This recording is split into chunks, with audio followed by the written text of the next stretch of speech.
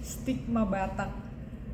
Teman-teman tahu dong ya bahwa ada stigma-stigma tertentu yang dilekatkan pada orang Batak, pada kita orang Batak gitu. Stigma itu sebetulnya maksudnya tuh stigma atau kayak ciri ya, ciri gitu kan. Mungkin tidak selalu negatif ya gitu. Ada yang positif juga. Misalnya nih, rata-rata orang Batak itu pinter nyanyi. Itu tuh. Padahal nggak semua gitu. Ada juga yang suaranya kayak ember pecah kayak aku. Atau misalnya nih, orang Batak tuh umumnya tuh pengacara atau pemberani gitu, atau pekerja keras gitu kan. Nggak semua juga gitu ya. Nah, tapi yang ada stigma-stigma yang buat aku tuh cukup mengganggu sih ya, sampai saat ini juga gitu ya. Pertama, misalnya nih, kalau teman-teman suka ingat gak zaman dulu tuh, dulu ya, kalau sekarang sih udah nggak gitu kayaknya. Dulu itu kalau ada sinetron atau film misalnya itu, kalau ada peran kayak copet gitu kan, atau rampok gitu, mesti pakai logat Batak, ya kan? Jadi walaupun pemerannya itu bukan orang Batak, atau di skenario itu dia bukan orang Batak, tapi logatnya logat Batak. Jadi secara tidak langsung itu kayak menyatakan bahwa copetnya itu orang Batak gitu kan. Nah, terus yang kedua, yang sampai sekarang kayaknya masih itu adalah rentenir, atau kalau di kota-kota ini disebutnya itu parkoperasi atau bank keliling gitu, bangkel. Nah, ini nih teman-teman yang bahkan di ibu kota ini juga ini masih lekat banget, dan kayaknya emang nggak bisa diingkari sih, nggak bisa dibantah gitu kan. Rata-rata orang yang berbisnis rentenir itu ya orang Batak ala kita. Nah, sebetulnya salah apa nggak sih? Mungkin dari sisi jasanya ya, mereka kan sebetulnya menyediakan pinjaman untuk orang-orang yang sedang kepepet banget gitu. Dari sisi itu kesannya itu kayak nolong gitu ya.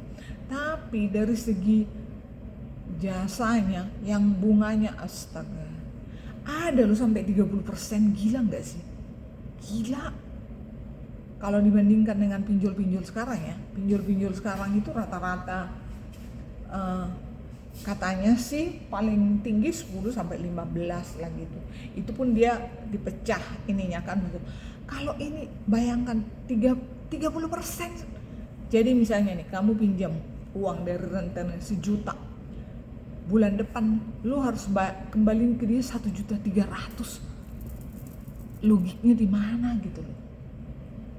Itu bukan nolong namanya, itu menjurmuskan orang itu ke lembah kesusahan yang untuk secara berlipat ganda gitu loh. Dan yang menyedihkan kan bahwa kadang-kadang penagihannya juga kasar gitu kan gitu. Nah, aku sih bukan membela orang yang misalnya mungkin minjam terus nggak ngembaliin gitu, cuman maksudnya gini loh, teman-teman kalau mau berbisnis juga, semua orang berbisnis tentu ingin dapat untung kan gitu, tapi yang rasional juga, masuk akal juga gitu loh.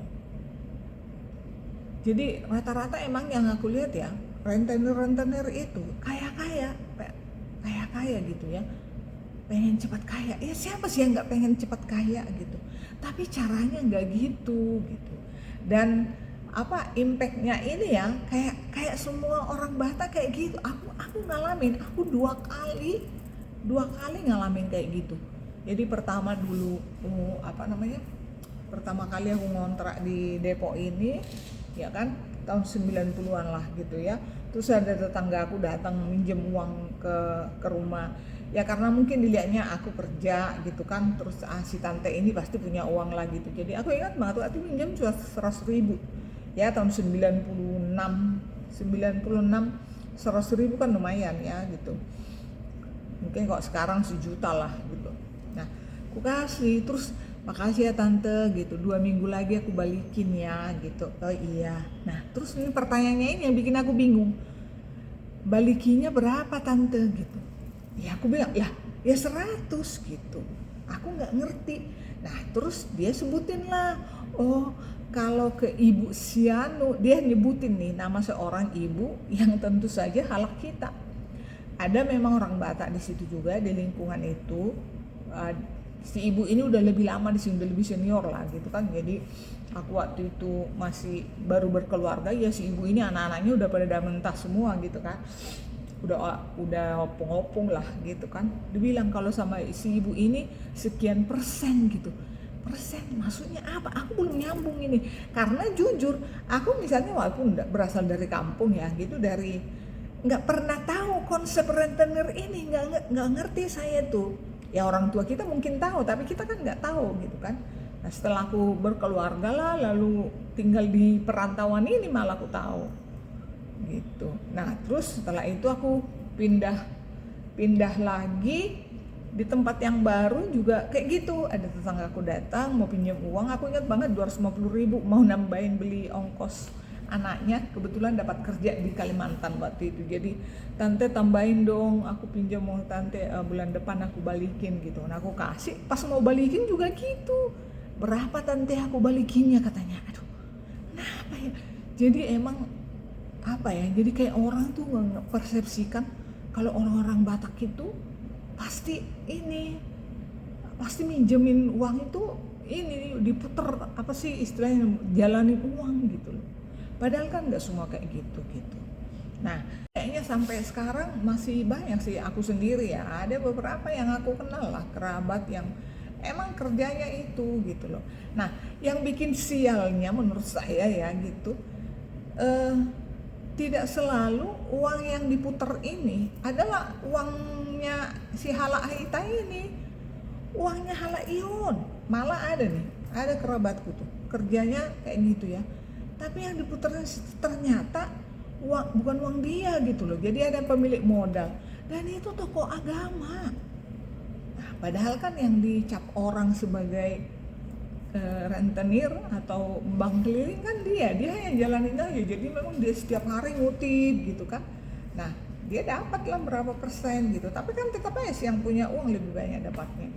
Tapi yang punya nama, ibaratnya nih kalau ada apa-apa, ada nasabah yang sakit hati atau yang sebel sama dia misalnya, karena kan yang kena dia kan, padahal si pemilik uang aman-aman aja tinggal nikmatin ininya gitu, namanya juga nggak tercemar. Jadi kalau menurut aku, aduh please lah teman-teman, kalau mau berbisnis di bidang keuangan, bikin koperasi yang legal aja, yang resmi gitu. Ada aturannya kan, koperasi itu ada aturan bakunya, berapa bunganya dan seterusnya, berapa jasanya, itu jelas gitu loh. Bisa kaya kok, bisa kaya. Saudara aku udah kaya raya banget tuh ngelola koperasi, dikelolanya dengan benar. Itu loh ya, supaya kita nggak terkena stigma yang jelek seperti itu. Oke, Pak Hobas, Oras.